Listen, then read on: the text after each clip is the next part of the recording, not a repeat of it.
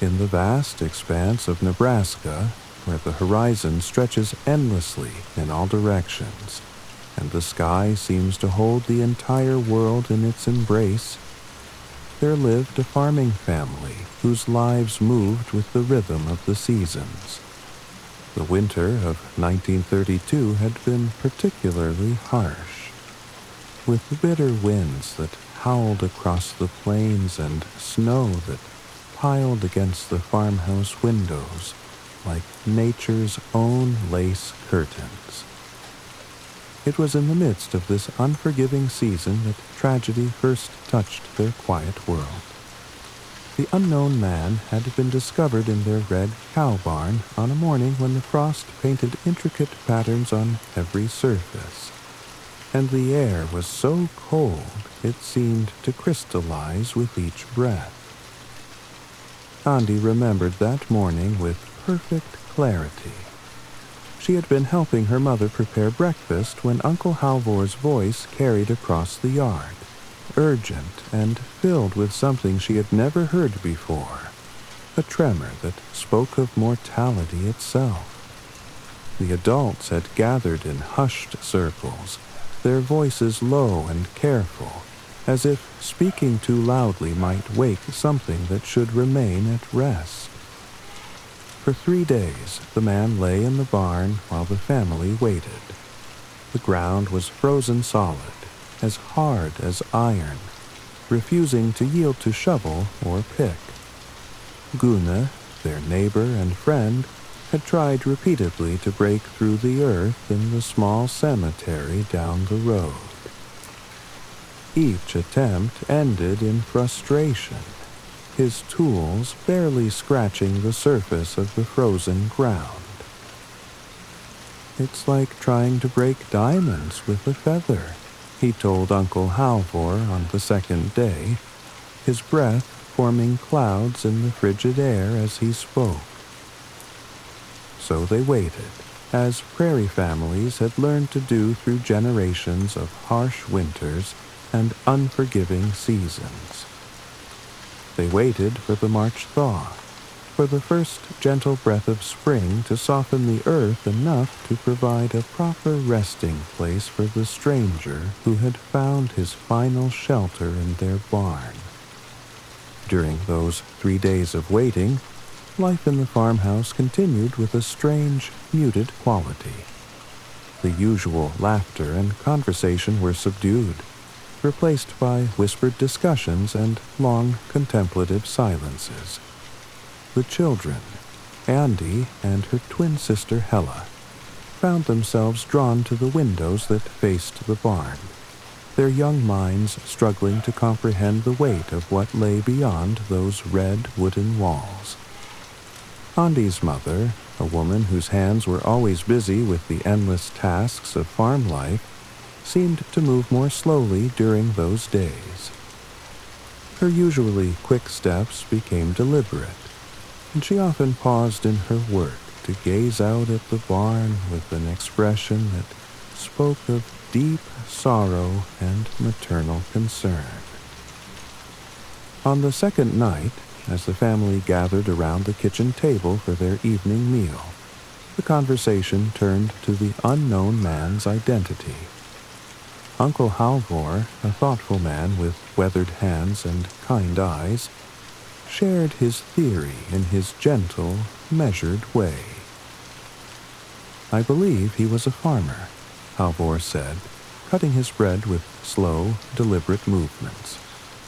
"A man much like ourselves, living on land that stretched beyond the horizon, working from dawn to dusk to coax life from the soil." He paused, looking around the table at the faces of his family. Faces that reflected the same deep connection to the land that had defined their lives for generations. "Perhaps," he continued, "he kissed his wife goodbye on a morning much like this one. Perhaps he ruffled his children's hair and told them he'd see them at supper time. And then, for reasons we'll never understand, he walked away from his home, across the endless Nebraska pastures, until he came to our barn. The silence that followed was heavy with understanding and sorrow. Andy and Hella had excused themselves then, their young hearts unable to bear the weight of such sadness, and had run upstairs to their shared bedroom, where they held each other close and whispered about things they couldn't quite understand. But it was on that second night, when the March thaw finally began to touch the frozen world with its gentle fingers, that Andy's curiosity overcame her fear. The air had grown warmer, carrying the promise of spring on winds that came from the south, where the seasons changed first. The icicles that had hung like crystal daggers from the barn's eaves were beginning to drip, creating a gentle, rhythmic music that spoke of winter's loosening grip. The sky was dark with storm clouds that evening, gathered like a soft shawl over the horizon, and the wind carried scents that Andy had almost forgotten during the long, cold months. The sweet smell of wet earth, and the faint fragrance of honeysuckle from distant, warmer places. Behind her, the farmhouse glowed with warm, yellow light that spilled from every window. Inside, she could hear the comfortable sounds of family. Uncle Halvor's deep laugh, the gentle murmur of women's voices, the soft thud of cards being dealt for an evening game. It was the sound of life continuing, of love and warmth pushing back against the darkness and cold. But something pulled her away from that warmth, a need to understand, to see for herself what death looked like when it wasn't part of the natural order of farm life. She had seen animals die, of course. It was an inevitable part of their existence. But those deaths were different, expected, woven into the fabric of their daily lives like the changing of the seasons. This was something else entirely. Barefoot on the ice-slivered ground, she made her way across the yard.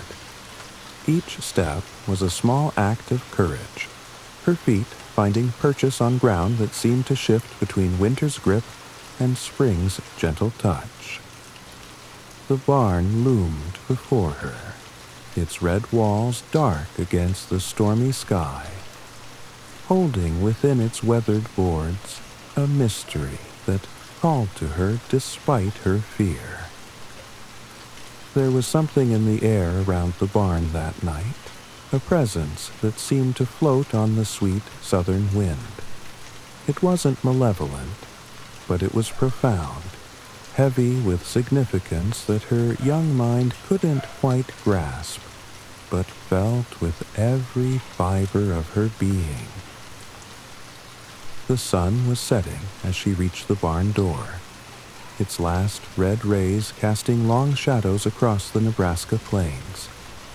The light touched the solitary trees that dotted the landscape. The wind-bent barns scattered across neighboring farms, painting everything in shades of gold and crimson that seemed to speak of love and loss intertwined. With trembling hands, she slid back the heavy wooden door and slipped inside. The familiar sense of the barn enveloped her, the musty sweetness of hay, the earthy smell of animal presence, the metallic tang of old farm tools.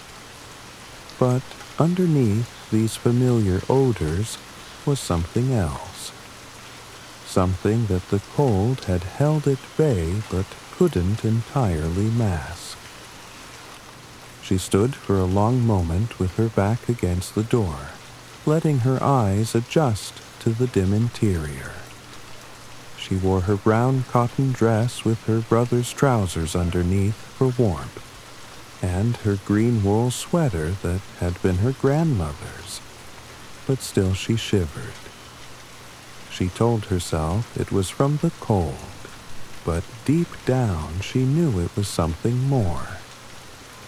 The barn seemed larger in the gathering darkness, its corners filled with shadows that shifted and moved in ways that made her heart race. She could hear the gentle sounds of the animals, the soft lowing of cows, the rustle of chickens settling for the night, the occasional stamp of hooves on straw-covered ground. With her hands pressed over her mouth to stifle any sound she might make, she began to move forward. Her bare feet carefully avoided the dark piles that littered the ground, each step deliberate and fought for in her mind.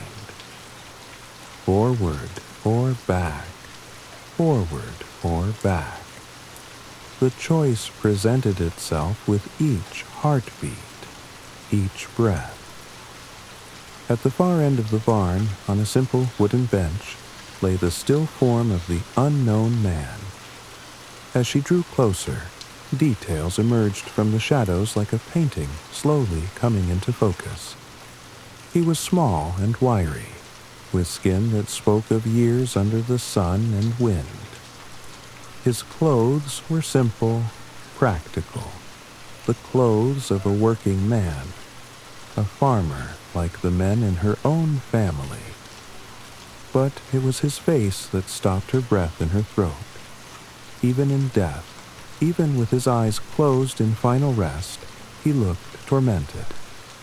His features were drawn tight with some inner anguish that death had not been able to erase. This was not the peaceful rest that she had been taught to expect from death. This was something else, something that spoke of pain and desperation and sorrow, too deep for tears. The sight of him filled her with a terror that was different from any fear she had ever known. This wasn't the quick, sharp fear of a thunderstorm or a snake in the garden. This was something that seemed to reach into her very soul and whisper of mortality, of the fragility of life, of questions that had no answers. She stood there for what felt like hours but was probably only minutes, trying to reconcile this reality with everything she had believed about death and peace and the mercy of God. When she finally turned and ran from the barn, her flight was not just from the sight of the dead man, but from the questions he raised, the fears he awakened, the doubts he planted in her young heart. She didn't stop running until she reached the side of the house farthest from the barn, where she collapsed against the wall and let the tears come. They came in great, shuddering sobs that seemed to tear themselves from her chest, carrying with them all the confusion and fear and sorrow that her young heart couldn't contain. It was there that Uncle Halvor and her brother Ben found her half an hour later, their pockets full of marked cards and their faces creased with worry. The wind had turned cold again, and it curled around her bare feet like icy fingers, ruffling their hair as they stood over her with concern written in every line of their faces. When she told them where she had been, they didn't scold her as she had expected. Instead, they took her gently by the arms and led her back to the warmth and light of the house, understanding somehow that she had crossed a threshold that night from which there was no return. Inside, they found only the women of the family. The men had all gone out to search for Andy, leaving behind grandmother sitting by the kitchen door with a book in her lap, biting her nails with worry. Yelena played with baby Joseph on the floor by the warm stove, and Hella washed dishes at the kitchen sink, her movements mechanical and distracted. When Hella saw Andi, she screamed her sister's name and ran from her place by the stove, throwing her arms around Andi's shaking body. They stood there in the middle of the warm, bright living room, rocking together as Andi sobbed out her fear and confusion into her twin's shoulder. "I'm afraid," she whispered over and over again. "I'm so very, very afraid." The days that followed were filled with preparations and decisions. Grandmother called the superintendent in town, a kind man who understood the weight of their situation. Together, they arranged for the unknown man to be buried in the Norwegian graveyard, 12 miles across the snow-covered fields. There was some discussion about the proper way to handle a suicide, the old superstitions that dictated such things. But Grandmother and the aunts could not bear the thought of subjecting the unknown man to further indignity. Whatever demons had driven him to his final act, they reasoned, he deserved the same compassion and respect they would want for their own loved ones. The corner plot reserved for unknown souls was negotiated with care and dignity. Yelena and Uncle Aaron spent an entire evening crafting a simple wooden cross, sanding it smooth, and treating it with oil to protect it from the weather. It wasn't elaborate, but it was made with love and respect, and that seemed to matter more than any grand monument. The funeral took place on a day when the March thaw had finally broken winter's grip on the land. It wasn't a storm that fell that day, but a gentle shower that seemed to bless the proceedings with its soft, steady rhythm. Andi stood at the edge of the small black hole that would be the unknown man's final resting place. Rain dripping from her hair and running down her face like tears. The service was simple but heartfelt. The minister spoke of mercy and understanding, of the mysteries of the human heart that only God could truly comprehend. He reminded them that judgment belonged to the Lord, and that their role was simply to show compassion and love, even to a stranger. As the first shovelful of earth fell onto the simple wooden casket, Andi felt something shift inside her chest. It was as if the sound of that earth-hitting wood had awakened something that had been sleeping, something that connected her to the larger rhythms of life and death and renewal that governed all things. The walk home was different from the journey to the graveyard. The rain had stopped, and the sun was beginning to break through the clouds, casting everything in a soft, golden light. Small flowers had begun to appear along the roadside. Marigolds and foxgloves and bluebonnets that seemed to call out to her with their bright faces.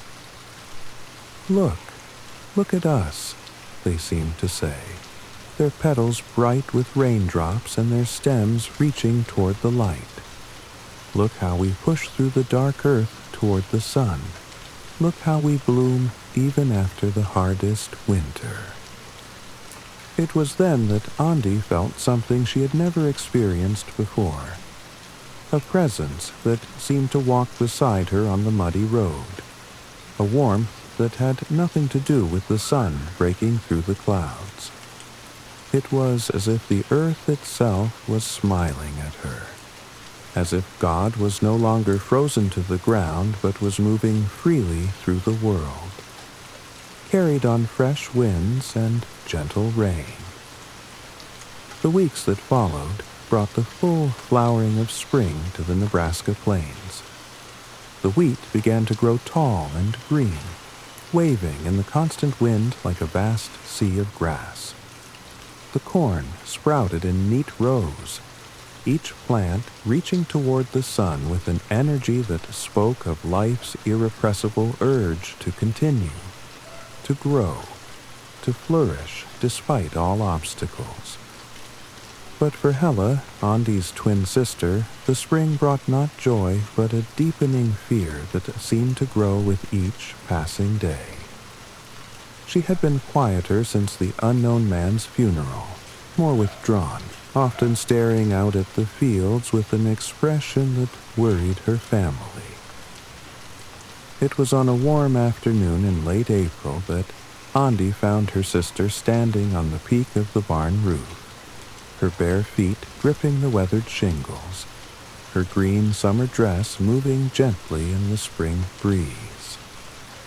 The sight sent a bolt of terror through Andi's heart, a terror that was immediate and sharp and desperate.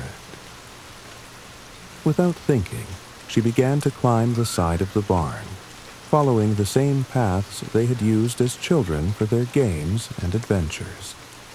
But this was no game, and the urgency in her movements spoke of life and death hanging in the balance. "Hella," she called as she climbed, her voice carrying across the fields where the wheat waved and the corn grew tall. "Hella, wait." When she reached the rooftop, she moved slowly and carefully along the slanted surface until she could throw her arms around her sister and pull her back from the edge. They struggled for a moment, Hella fighting to break free, Andi fighting to hold on, both of them breathing hard with desperation and fear. "What are you doing?" Andi screamed as they wrestled on the roof, the spring wind whipping their hair around their faces. "What are you doing up here?" When Hella finally stopped fighting and crumpled into tears, her words came out in broken sobs that tore at Andi's heart. "I'm scared," she whispered. "I'm so scared. I can't do it, but I'm scared not to." Andi held her sister close, feeling the warmth of her body and the rapid beating of her heart, and tried to understand what fears could drive someone to such desperation. "I saw him too," Hella finally managed to say, lifting her tear-stained face to meet Andi's eyes. "I saw him too, and I got so scared. He looked unhappy, so unhappy and tired. He's not resting, not at peace." The words hung in the air between them, heavy with meaning and sorrow. Around them, the world continued its spring awakening. The wheat rustled in the wind, the corn reached toward the sun, and somewhere in the distance, a hawk circled on thermal currents, its cry piercing the vast blue sky. "But I'm scared," Hella continued, her voice broken with tears and confusion. "I don't know what will happen when I die. I just don't know. That scares me so much I want to die." She let out a sound that was half laugh, half sob. "I'm crazy. I know. I'm just crazy." Andi felt something stir within her then, something that had been growing since the day of the funeral, since her walk home in the gentle rain among the spring flowers. It was understanding, but more than that, it was peace, a deep knowing that came from somewhere beyond her years or experience. "No, you're not," she said firmly, running her fingers through her sister's hair, which was tangled with wheat buds and tiny pink wildflowers from their climb up the barn. "No, you're not crazy. Don't die. Live. You'll see." She paused, looking out across the vast fields that stretched to the horizon, taking in the sight of their world awakening from winter's long sleep. The cows were moving slowly toward the pond, protecting a calf that skipped and played among them, nosing at ant hills and exploring the world with innocent joy. The tree line in the distance was soft and blurred by the sun, as if painted by an artist's gentle brush. "You'll see," she repeated, and then she raised her arm and pointed across the fields, warm in the bright noon sun and alive with the gentle movement of growing things. "Look, I see God."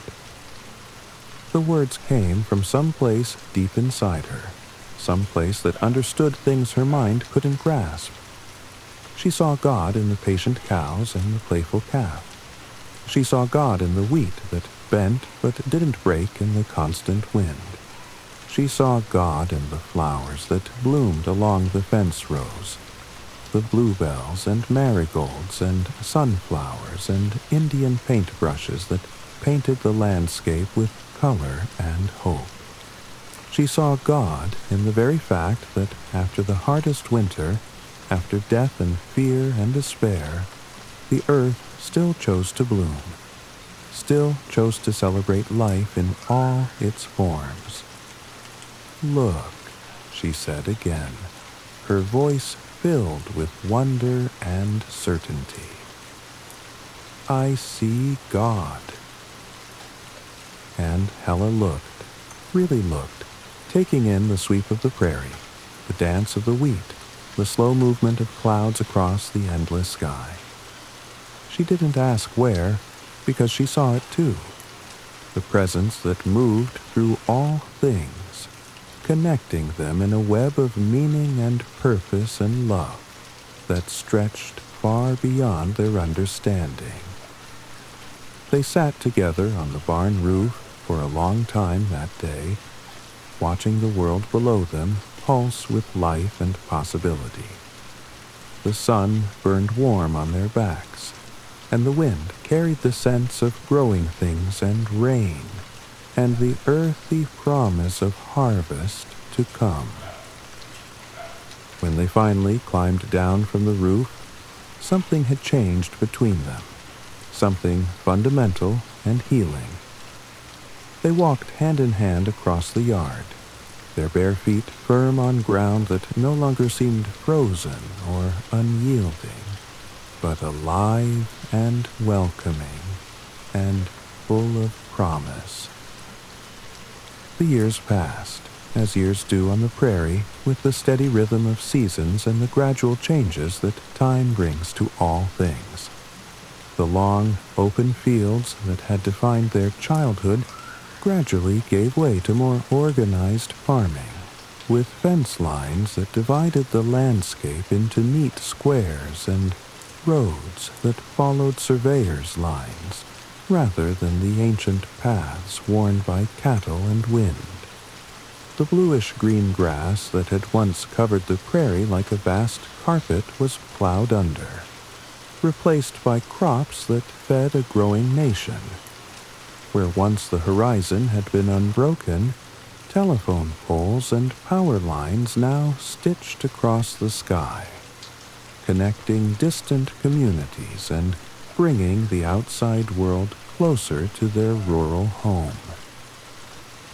But through all these changes, one thing remained constant: the small corner plot in the Norwegian graveyard where the unknown man lay at rest.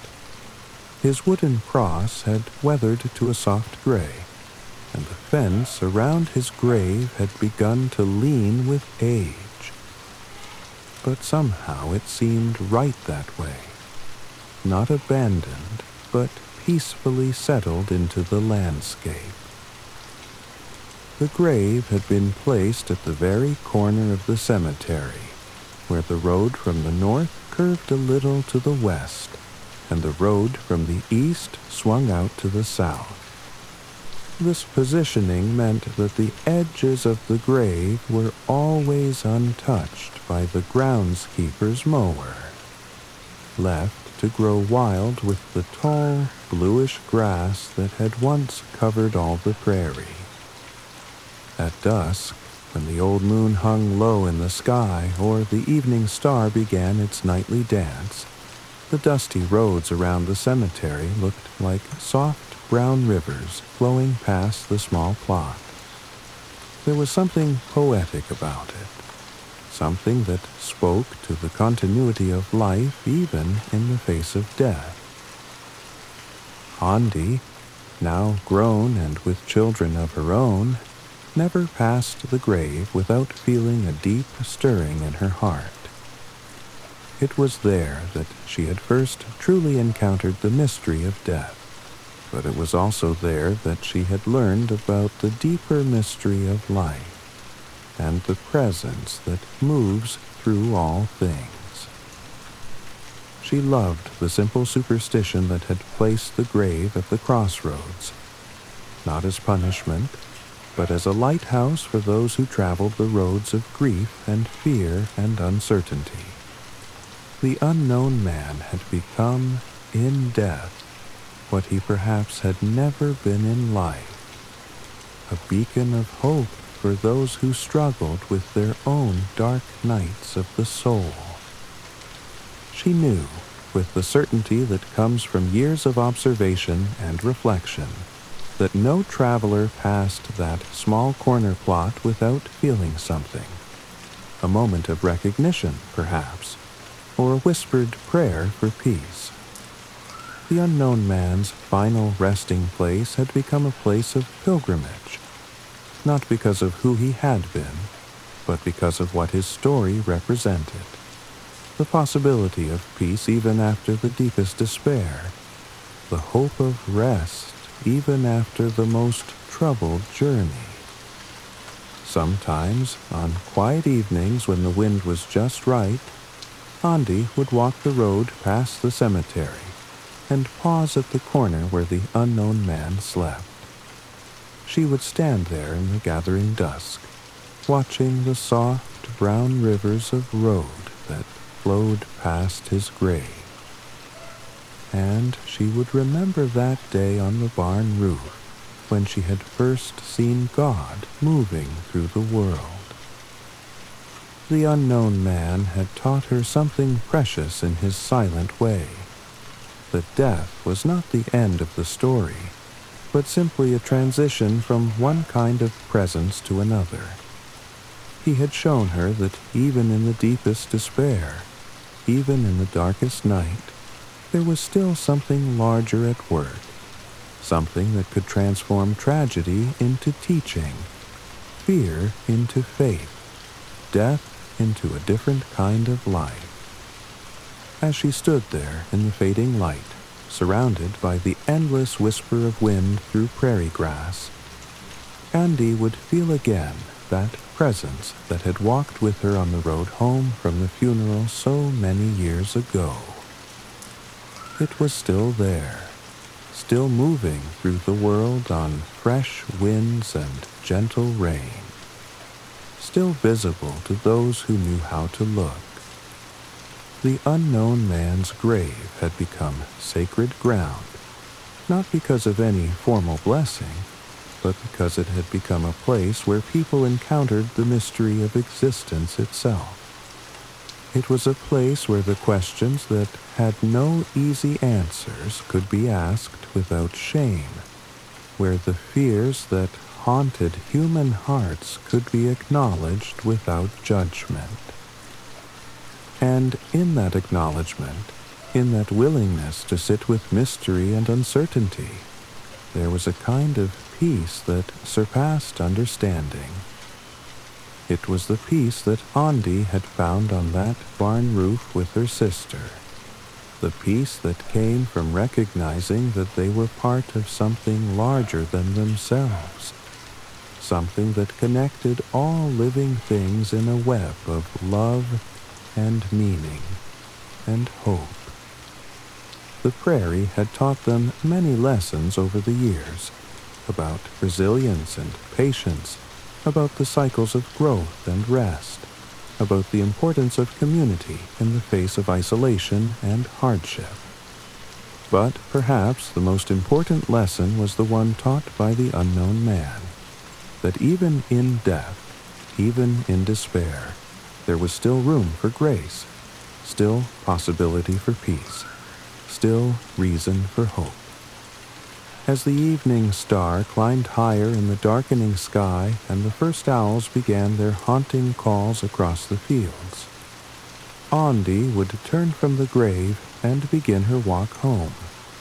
But she carried with her the certainty that some things endure beyond the reach of time and change. Love endures, and hope endures, and the presence that moves through all things, visible to those who know how to see, endures forever. The unknown man had found his peace at last, she knew, not in the desperate act that had ended his earthly journey, but in the love and compassion that had surrounded his final rest.